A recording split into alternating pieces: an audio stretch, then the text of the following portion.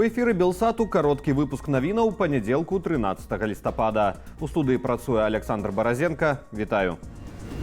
Турцыя гатовая лабіяваць зняцця санкцыяў з беларускага калію. Пра гэта ў інтэрв'ю дзяржаўнаму прапагандысцкаму тэлебачанню распавёў міністр замежных справаў Сергей Алейнік. Са словаў Алейніка, цяпер Беларусь пакрывае 80% патрэбаў Турцыі ва ўгнаеннях. Ён спрагназаваў сёлета рэкордныя лічбы ўзаемнага гандлю паміж краінамі. Рэжым Лукашэнкі актыўна выкарыстоўвае Турцыю як пасярэдніка для гандлю беларускімі таварамі, у тым ліку падсанкцыйнымі.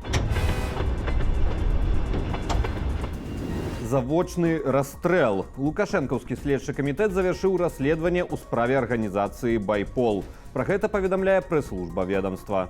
Прадстаўнікам арганізацыі былых беларускіх сілавікоў Александру Азарову, Уладзіміру Жыгару, Мацвею Купрэйчыку, Ігару Лобану і Андрэю Астаповічу інкрымінуюць здраду дзяржаве, арганізацыю актаў тэрарызму, стварэнне экстрэмісцкага фармавання, спробу захопу ўлады і іншыя артыкулы крымінальнага кодексу. На падставе выстаўленых абвінавачанняў Александру Азарову могуць завочна прысудзіць смяротную кару. У Баранавічах мясцоваму праваабаронцу Александру Вайцешыку прысудзілі 15 сотняў арышту, паведамляе праваабарончы цэнтр «Вясна». Мужчыну брутальна затрымалі 9 лістапада каля пад'езду ягонага дому. У кватэры Вайцешыка ўчынілі ператрус, забралі тэлефон і ноутбук.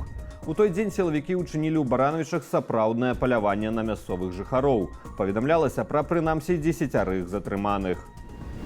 У Магілёве аўтамабіль збіў на пешаходным пераходзе жанчыну і 4гадовае дзіця. Паводле інфармацыі ДАІ, здарэнне адбылося сёння раніцаю. 59гадовая кіроўца ДЭУ рухалася Віцебскім праспектам і на нерэгуляваным пешаходным пераходзе збіла жанчыну, якая пераходзіла дарогу разам з 4гадовую дзяўчынкаю. Дзіця з траўмамі адправілі ў шпіталь. Прычыны ДТЗ высвятляюць міліцыянты.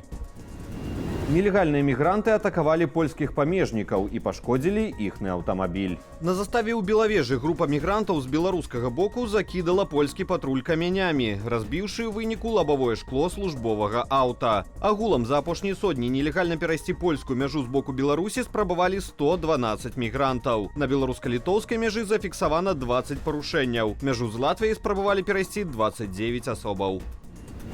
Польша разгарнула новы танкавы батальён на мяжы з Беларусю. У пасёлку Чартаеў за 45 кіламетраў ад мяжы з Берасцейскую вобласцю ўжо з'явілася часовае кантэйнернае мястэчка. Са словаў польскага міністра абароны Мар'юша Блашчыка, задача новага танкавага падраздзялення пільнаваць бяспеку і стрымліваць агрэсара з усходу. Ён адзначыў, што сітуацыя на мяжы моцна змянілася за апошнія гады. Новы батальён будзе складацца з некалькіх сотняў вайскоўцаў і мець на ўзбраенні недаўна набытыя Польшаю сучасныя паўднёва-карэйскія танкі К-2. Падраздзяленне стане адной з 12 частак новастворанай першай пяхотнай дывізіі, якая ў перспектыве будзе налічваць больш за 30 000 жаўнераў.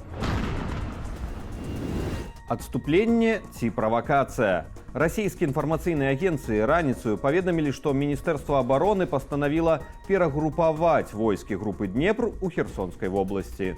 Паведамлялася пра вывад расійскіх войскаў, цытата, на выгаднейшыя пазіцыі на ўсход ад Дняпра, каб вызваліць сілы для баявых дзеянняў на іншых частках фронту. Пазней агенцтвы ТАСС і РИА Новости аспрэчылі навіну, назваўшы яе правакацыяй. Нагадаю, летась адступленне расейцаў на харкаўскім і херсонскім напрамках таксама падаваліся іхным камандаваннем як перагрупаванне. Варта зазначыць, што паводле інфармацыі Амерыканскага інстытуту вывучэння вайны, апошнімі днямі ЗСУ удалося замацаваць на левым беразе Дняпра ў Херсонскай вобласці і перакінуць туды дадатковыя сілы для далейшага прасоўвання.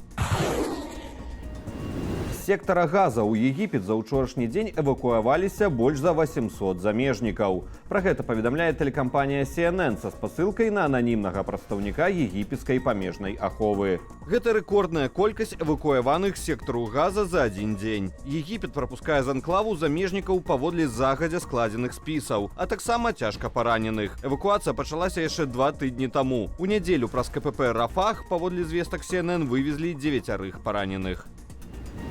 На Сіцыліі зноў актывізаваўся вулкан Этна. Самы высокі дзейны вулкан Еўропы пачаў выкідваць слуп лавы, попелу, горных пародаў і газу на вышыню каля 4,5 кіламетраў над узроўнем мора. Выбух вулкану пачаўся на паўднёва-ўсходнім кратары. Сляды выкідаў асядаюць у паселішах пры падножжы Этны. Аднак пакуль вулканавая актыўнасць не нясе вялікіх пагрозаў мясцовым жыхарам. Аэрапорт Катаніі працуе ў штатным рэжыме. А ў Ісландыі ўпершыню за паўстагоддзя прачнуўся вулкан Фаградальсфьядль. Ад яго актыўнасці давялося цалкам эвакуяваць мястэчка Грындавік з 4 тысячамі насельніцтва. Паводле некаторых прагнозаў, у выпадку вулканавага выбуху у атмасферу можа быць выкінутая самая вялікая колькасць вуглякіслага газу з усіх выбухаў вулканаў гэтага стагоддзя. І гэта ўсе навіны ў нашым кароткім выданні. Заклікаю, калі для вас гэта бяспечна, ставіць лайкі, каментаваць і дзяліцца нашым выпускам, каб ён патрапіў да як мага большай колькасці гледачоў. Поўная інфармацыйная карціна дня, як заўсёды, у вечаровых выданнях «Аб'ектыву» і студыі «Белсат». Беражыце сябе і заставайцеся з «Белсатам».